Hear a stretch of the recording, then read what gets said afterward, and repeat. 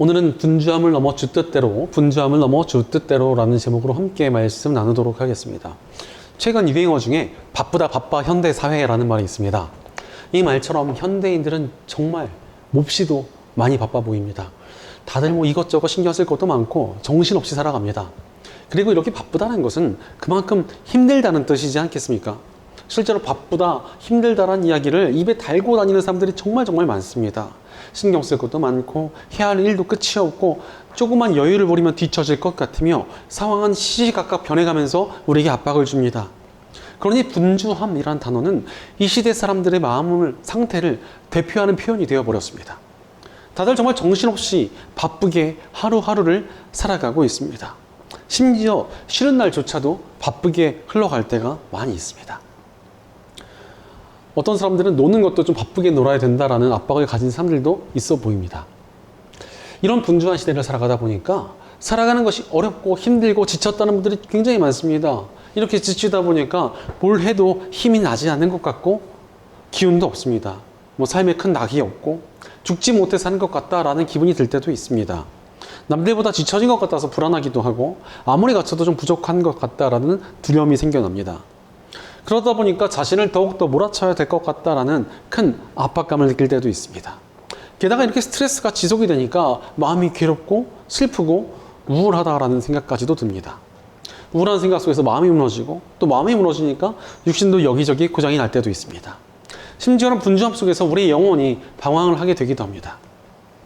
이렇게 우리의 영혼과 육신이 망가져가니까 삶이 당연하게도 전반적으로 흔들리고 무너지게 됩니다.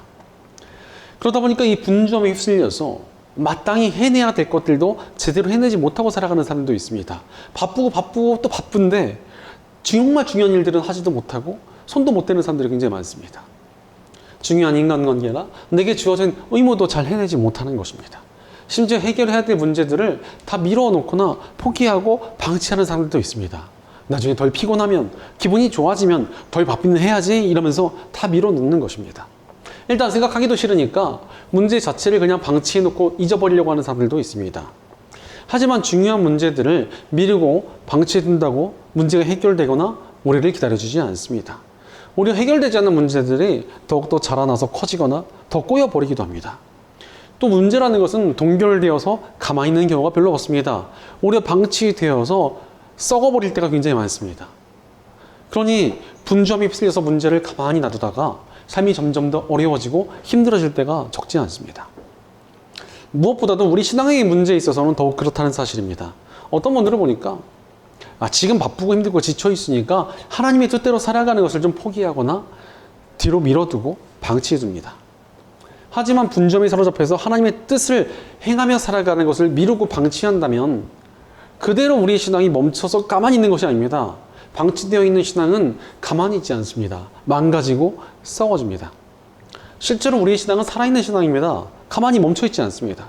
그렇기 때문에 우리 신앙은 계속 성장하거나 아니면 계속 퇴보하게 되어 있습니다. 그러니 어찌해야 됩니까? 상황과 환경에 매몰되지 말고 하나님의 뜻대로 나아가야 합니다. 이것이 우리가 품어야 할 바른 정신입니다. 우리가 올 한 해 동안 With the Right Spirit, 바른 정신으로 함께 가기라는 주제로 요셉의 삶을 살펴보고 있습니다. 우리가 올 한 해 동안에 요셉의 인생을 살펴보면서 드러난 요셉의 굉장히 중요한 특징이 있습니다. 어떤 상황이든지 상관없이 하나님의 뜻을 향해 나아갔다는 것입니다. 요셉은 아버지에게 사랑받는 족장 후계자일 때도 그랬고 형들의 배신으로 노예로 팔렸을 때도 또한 누명을 쓰고 죄수가 되었을 때도 늘 하나님의 뜻을 향하고 있었습니다.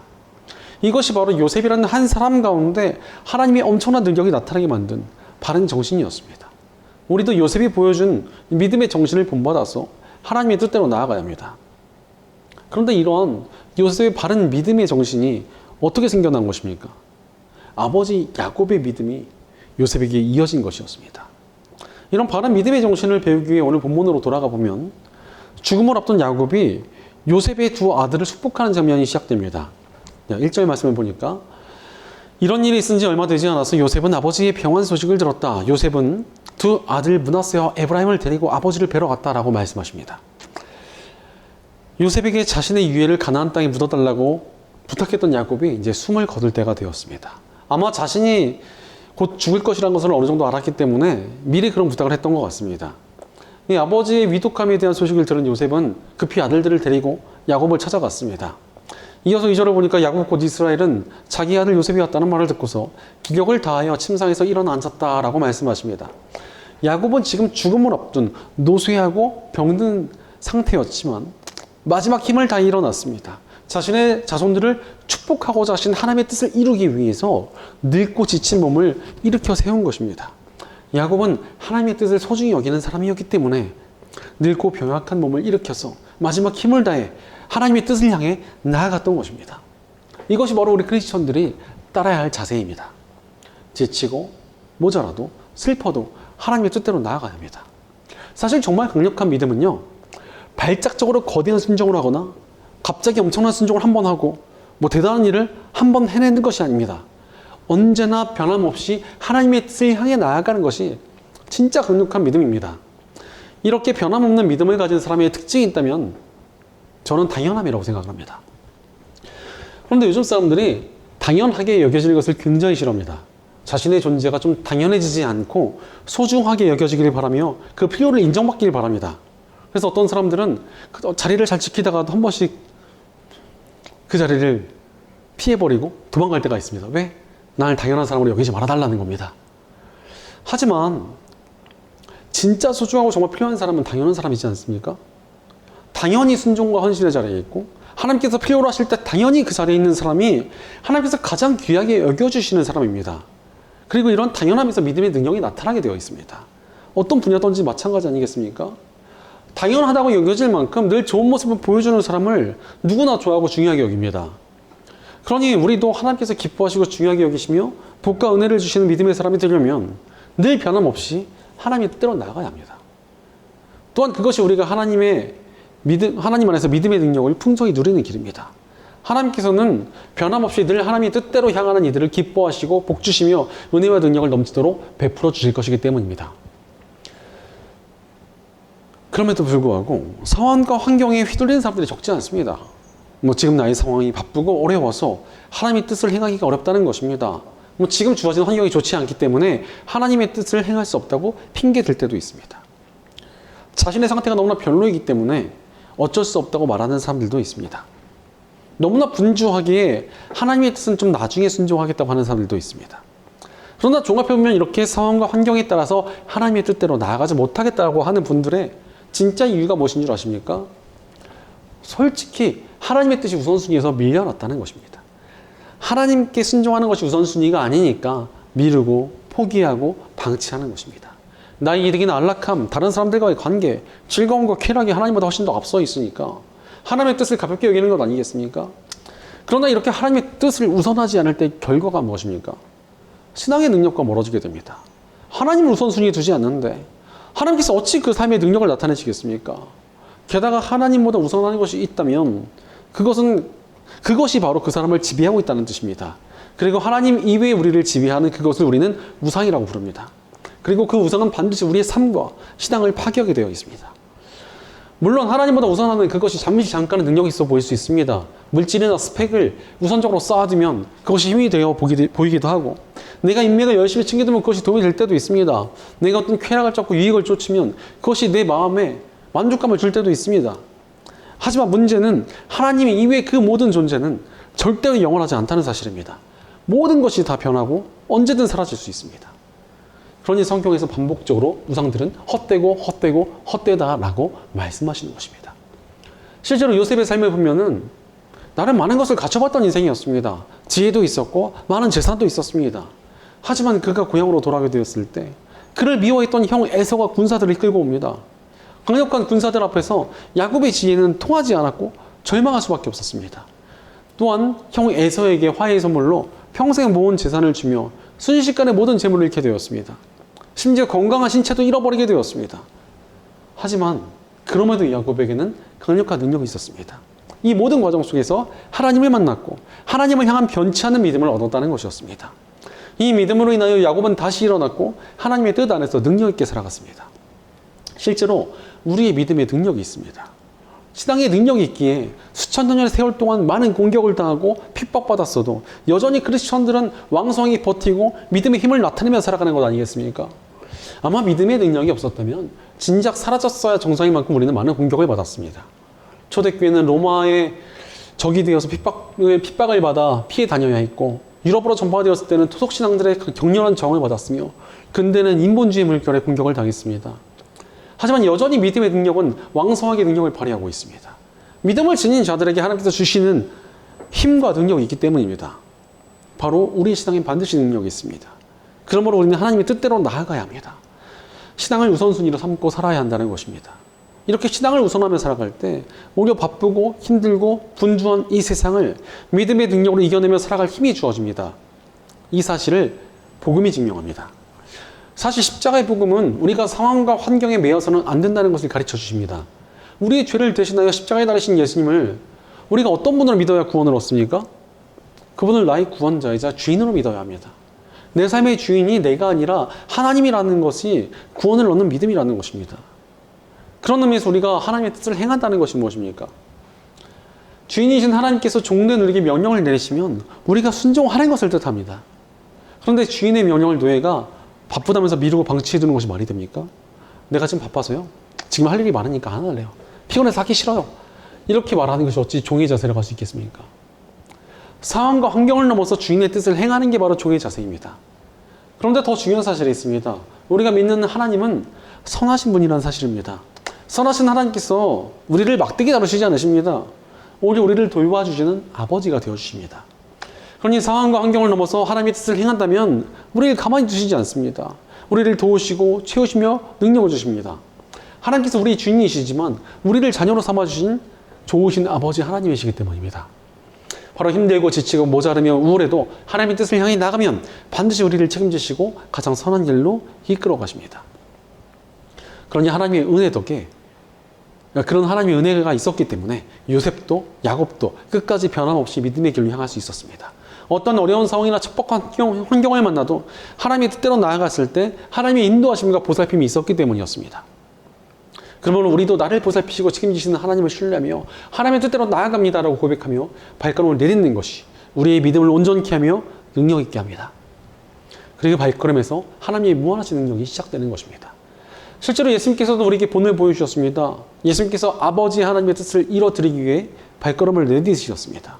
하늘 보좌에서 나약한 인간으로 존귀한 온 우주의 왕자가 초라한 죄인의 모습으로 십자가에 달려 하나님의 뜻을 이루고자 하셨습니다. 하나님의 뜻을 위해 모든 어려운 상황을 뛰어넘어 나아가셨던 것입니다. 게다가 이렇게 초라한 인간의 모습으로 오신 이유가 무엇입니까? 우리의 어렵고 연약한 상황과 부족한 환경을 직접 체험하여 아시고 그 모든 것을 제대로 돕기 위해 이 땅에 오셨습니다. 가난한 목수라는 자녀의 환경도, 사랑하는 제자의 쓰라린 배신이라는 상황도, 믿던 사람들에게 버림받고 수치스럽게 죽임당하시는 슬픔도 다 겪으셨습니다. 이 땅에서 인간들이 겪는 모든 아픔과 슬픔과 괴로움을 직접 겪으셨기에 우리의 연약하고 부족한 상황을 누구보다 잘 아시고 잘 도와주시는 분이 우리 주님이십니다. 그러니 우리가 하나님의 뜻대로 나아갈 때 하나님께서 베푸시는 가장 완벽하고 온전한 도우심과 보살핌이 삶에 나타나게 되어 있습니다. 그러므로 어렵고 힘들고 분주하더라도 하나님의 뜻대로 나아가야 합니다. 하나님의 뜻을 향한 그 발걸음이 우리를 가장 완전한 길로 인도하며 반드시 믿음의 능력을 누리게 할 것입니다. 그렇다면 우리가 힘들고 어려운 상황과 환경을 넘어 하나님의 뜻을 행할 때 하나님께서 우리 삶을 어떻게 인도하십니까? 첫째로 지쳐도 하나님의 뜻대로 나아가면 새 힘을 주십니다. 살면서 우리의 의욕을 가장 많이 꺾는 상황이 무엇입니까? 바로 지칠 때 우리의 의욕이 꺾입니다. 힘들고 지쳐서 번아웃이 오고 만성 피로가 오면 의욕 있게 무엇인가 하기가 굉장히 어렵습니다. 하나님의 뜻을 행하기도 쉽지 않습니다. 그렇기 때문에 목사님들 사이에서는 체력이 영역이다 이런 말도 있습니다. 체력이 딸리면은 지쳐가지고 하나님의 일도 제대로 못한다는 겁니다. 그러나 그렇게 지치고 피곤해도 하나님의 뜻대로 나아가야 합니다. 그래야 하나님께서 주시는 새로운 능력이 있음을 알 수 있기 때문에 그렇습니다. 오늘 본문 3절을 보니까 야곱은 루스에서의 경험을 이야기합니다. 루스는 야곱이 형 에서를 피해 평생을 함께하던 부모님 곁을 떠나 외로이 광야에서 불편한 돌베개에 의지하여 슬퍼하던 요셉의 인생에서 가장 비참하고 지쳐있던 장소였습니다. 평생토록 부모님 곁에서 머물던 야곱이 갑자기 광야까지 도망 나와서 거기에서 몸을 제대로 늘 것도 없이 누워 있었으니 얼마나 지치고 힘들었겠습니까? 그러나 그 지쳐있던 그 상황에서 하나님께서는 야곱을 만나 주셨습니다. 그리고 4절을 보니 나에게 이르시기를 내가 너에게 수많은 자손을 주고 그 수가 불어나게 하겠다. 내가 너에게서 여러 백성이 나오게 하고 이 땅을 너의 자손에게 주어서 영원한 소유가 되게 하겠다 하셨다라고 야곱은 말합니다. 바로 그가 가장 지쳐있고 비참해 있던 그 순간 하나님께서 그를 만나주시고 엄청난 복과 은혜를 베푸셨다는 것입니다. 실제로 지치고 힘들어도 하나님의 뜻대로 나아가면 그 모습을 보시고 하나님께서 복과 은혜와 인도하심을 베푸십니다. 사실 우리가 지쳤을 때야말로 하나님의 은혜와 능력이 나타나기 가장 좋은 시간이기 때문에 그렇습니다. 실제로 정말 지친 사람은요, 자신의 힘을 의지할 수가 없습니다. 겸손하고 낮아질 수밖에 없습니다. 자신이 지쳐서 자신에게 힘이 없으니까 그냥 하나님께 맡길 수밖에 없는 것입니다. 하나님을 절대적으로 의지할 수밖에 없는 것입니다. 완전히 지쳐 있으니까 내 힘이 없고 오직 하나님의 능력만 바라볼 수밖에 없기 때문입니다. 그렇게 지쳐서 자신의 힘을 빼니까 그제서야 하나님의 능력이 풍성히 나타나는 것입니다. 실제로 이 복싱을 하다 보면은 지쳤을 때 실력이 듭니다. 왜냐하면 복싱을 할 때 어깨에서 힘을 빼는 것을 가르치는데 이 초보자들은 어깨에 힘을 빼지 못합니다. 계속 어깨로 치려고 해요. 그러니까 오히려 기술대로 제대로 안 되고 힘이 실리지 않습니다. 그러다가 이제 완전히 지쳐서 힘이 없을 때 어깨에 들어가 힘이 없으니까 우리가 힘을 빼고 좋은 자세로 펀치를 뻗게 되는 것입니다. 그러니까 이게 정말 편하고 이것이 바른 자세구나 깨닫고 그제서야 실력이 느는 것입니다. 마찬가지로 완전히 지쳤을 때 하나님의 뜻을 향해 나아가면 하나님께서 비로소 새 힘을 주십니다. 하나님께서 직접 일하시는 것을 보여주시는 것입니다. 바로 내 힘이 아니라 하나님의 힘으로 살아가는 것이 우리의 인생이다라는 것을 알게 하시는 것입니다.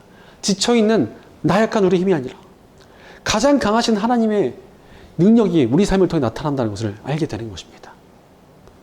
바로 하나님의 뜻을 행하는 것은 내 힘이 아니라 하나님을 의지하며 하는 것입니다. 그러니 우리는 지치고 피곤해도 하나님의 뜻을 향할 수 있습니다. 오히려 내 힘을 내려놓고 하나님을 의지만 나아갈 때 하나님께서 날마다 채워주시는 새로운 힘과 능력을 깨닫고 누리게 되는 것입니다. 그러므로 지치고 힘들고 피곤하더라도 포기하지 말고 하나님의 뜻대로 나아가야 합니다. 지치고 힘든 상황에 있어도 하나님의 뜻을 향하여 나의 힘이 아니라 하나님의 힘으로 살아가는 능력이 넘쳐나는 세상을 깨닫고 누리는 저와 여러분 되시기를 축원합니다.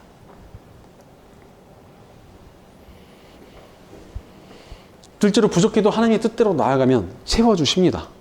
우리가 살아가면서 분주해지는 이유가 무엇입니까? 내가 부족하고 뒤처졌다고 느껴지면 급하고 안달이 나게 됩니다. 그러다 보니까 더 많은 것을 갖추고 더 많이 준비해서 뒤처지지 않고 스스로를 채우느라 하나님의 뜻을 미루거나 포기해버립니다. 그러나 그렇게 내 스스로를 갖추고 준비하는 것보다 훨씬 더 좋은 방법이 있습니다. 포기하지 말고 하나님의 뜻대로 나아가는 것입니다. 오늘 본문 5절을 보니까 내가 너를 보려고 여기 이집트로 오기 전에 네가 이집트 땅에서 낳은 두 아이는 내가 낳은 아들로 삼고 싶다라고 야곱은 말합니다. 야곱이 손주들을 자신의 양자로 드렸습니다. 사실 요셉의 아들들은 이집트인과의 혼혈이기 때문에 이스라엘 백성으로 편입되기엔 좀 부족한 부분이 분명하게 있었습니다. 그러나 하나님께서는 그들을 야곱의 양자로 맞이하게 하시고 하나님의 백성으로 공인해 주셨습니다.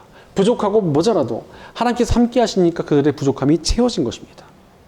이어서 6절을 보니까 요셉의 두 아들들이 요셉의 다른 형제들과 함께 유산을 상속받게 될 것이라고 말씀하십니다. 모자라고 부족한 혼혈이어도 하나님의 뜻 가운데 있으니까 하나님의 백성을 완전히 편입되어 하나님의 복을 누리게 되었다는 것입니다. 사실 이것을 보면은 요셉의 아들들이 이집트 혼혈이었어도 나름 믿음이 있었던 것 같습니다. 그들이 뭐 완전 이집트 사람들처럼 굴었다면은 하나님께서 굳이 그들을 이스라엘 백성으로 편입하겠다고 선포하지는 않으셨을 것입니다. 그러나 요셉의 아들들이 하나님의 뜻을 향했기에 그들을 받아주시고 채워주신 것입니다. 실제로 분주하게 갖추겠다는 것보다 능력 있는 것은 따로 있습니다. 하나님께서 나의 삶을 세워가시도록 내 삶을 완전히 하나님께 맡겨드리는 것이 있습니다. 내 힘으로 세우는 것보다 하나님의 손으로 세우는 것이 훨씬 더 강력하기 때문입니다. 실제로 이스라엘의 첫 번째 왕이었던 사울 왕은 하나님께서 그를 세우셨지만 본인이 속했던 지파와 가문이 연약했기 때문에 마음이 굉장히 분주해졌습니다. 그러다 보니까 안달이 나서 온 나라에 온갖 힘 있는 사람들을 다 모아서 자신의 신하로 삼았습니다. 하지만 그들은 결정적인 순간에 사울을 위기에서 구해주지 못했습니다. 하나님의 뜻에 벗어나 있던 사울은 전쟁에서 패한 채 아들들과 함께 비참한 최후를 맞이했습니다. 반면 사울 다음으로 왕이 된 다윗은 더 많은 힘보다 하나님의 뜻을 따르는 것을 택했습니다. 오히려 그의 곁에는 실력자들이 아니라 온 나라에 연약하고 부족한 자들이 모여들었습니다. 보탬이 아니라 짐이 되는 사람들이 모여들었던 것입니다. 하지만 하나님의 뜻은 그들을 보살피는 것이었기에 다윗은 그 연약한 이들을 다 품었습니다. 그러자 하나님께서 그 연약했던 이들을 믿음의 용사로 성장시켜 주시고 다윗의 왕위를 더욱 강하게 지켜주셨습니다. 이것이 하나님께서 하시는 방법입니다. 내가 부족하고 모자라도 안달내지 말고 하나님께 구하며 하나님의 뜻대로 나아가야 합니다. 그때 하나님께서 능력 주시고 힘 주시면 우리를 채워주십니다. 우리가 노력해서 뭔가를 갖추는 것보다 훨씬 더 완벽하게 또 온전하게 우리를 채우시고 이끌어 가십니다. 그러니 분주함을 내려놓고 하나님의 뜻대로 나아가야 합니다. 부족하고 모자라도 느낄 때 우리가 하나님의 뜻 가운데로 나아가 하나님께서 채워주시는 풍성한 은혜를 누리고 살아가는 저와 여러분 되시기를 축원합니다. 셋째로, 슬퍼도 하나님의 뜻대로 나아가면 회복을 주십니다. 살다 보면 지치고 힘들고 분주해져서 그것이 또 우울함으로 나타나고 끝내 슬퍼하며 주저앉아 버리는 사람들이 있습니다. 주저앉은 채 틀어박혀가지고 아무것도 하지 않으려고 하거나 슬퍼하고 또 우울한 것들을 해소하기 위해 과도한 소비나 오락거리에 몰두하는 사람들도 있습니다. 문제는 그런다고 우리 마음이 나아집니까? 그렇지 않습니다. 주저앉아서 쉰다고 세상에서 상처받고 아픈 마음이 나아지지 않습니다. 잠깐 좀 고통은 덜해질 수 있으나 그 상처가 완전히 회복될 수 없다는 것입니다. 따라서 우리에게 진정한 회복이 필요합니다. 그리고 그 회복은 하나님께서 주십니다. 오늘 본문 7절을 보니까 야곱은 자신이 겪은 상처에 대해 이야기합니다. 바로 요셉의 어머니이자 사랑하는 여인 라헬을 잃었고 급히 이동 중이었기에 그녀를 길가에 묻을 수밖에 없었던 상처가 있었던 것입니다. 사랑하는 사람을 잃고 제대로 묻어주지도 못했으니까 그것이 얼마나 큰 상처였겠습니까? 그러나 야곱은 슬픔에 굴하는 대신 하나님의 뜻 가운데서 온전히 살아갔습니다. 그 결과 하나님께서 회복을 경험하게 하십니다. 오늘 보면 8절에서 11절을 보니까 야곱이 요셉의 아들들을 보며 감격하는 장면이 나옵니다. 사랑하는 라헬을 잃어서 너무나 괴로웠으나 그녀의 자식인 요셉과 또 요셉의 자식들을 보면서 야곱의 마음의 아픔들이 다 치유되고 회복되었던 것입니다. 하나님께서 그분의 뜻대로 나오는 이들에게 풍성한 회복의 은혜를 베푸십니다. 오히려 슬프고 우울하다고 주저앉아 있으면 아무것도 안 됩니다. 그냥 주저앉아 있는 것은 마치 배터리가 떨어졌다고 핸드폰을 꺼두는 것과 같습니다. 다시 켜봐야 배터리가 차오르지 않습니다. 하지만 하나님의 뜻을 향해 나아가면 하나님께서 채워주시는, 충전해주시는 회복의 능력이 있습니다. 그러니 우리가 진정으로 충전되는 길은 하나님의 뜻 가운데 있는 것입니다. 그러므로 우리는 하나님의 뜻 가운데로 나아가야 합니다. 미국에 제이 아담스라는 목사님이 계십니다. 굉장히 열심히 목회를 하고 계셨는데 맡고 있던 성도 하나가 스스로 세상을 떠나는 사건이 벌어졌습니다. 이것이 목회자로서 얼마나 괴롭고 크고 큰 슬픔이고 충격이었겠습니까? 그 가족들도 괴로웠지만 목회자였던 제이 아담스 목사님이 너무나 괴롭고 슬펐습니다. 그렇다고 주저앉아 있는 대신에 이분이 상담에 대해서 공부하고 괴로워하던 성도들을 위로해야겠다고 애를 썼습니다. 그 결과 기존 심리학의 좀 위험성에 대해서 밝히게 되었고 성경적으로 상담을 하고자 하는 권면적 상담이라는 것을 만들어내서 목회 상담의 큰 토대를 만들어냈습니다. 이 과정 속에서 하나님의 치유하심과 말씀의 능력으로 인한 회복을 깨닫고 제이 아담스 본인도 일어났으며 수많은 크리스천들이 권면적 상담을 통해 회복을 경험하게 되었습니다. 바로 슬퍼하는 대신 하나님의 뜻을 향하니까 오히려 더 큰 회복의 역사가 일어난 것입니다.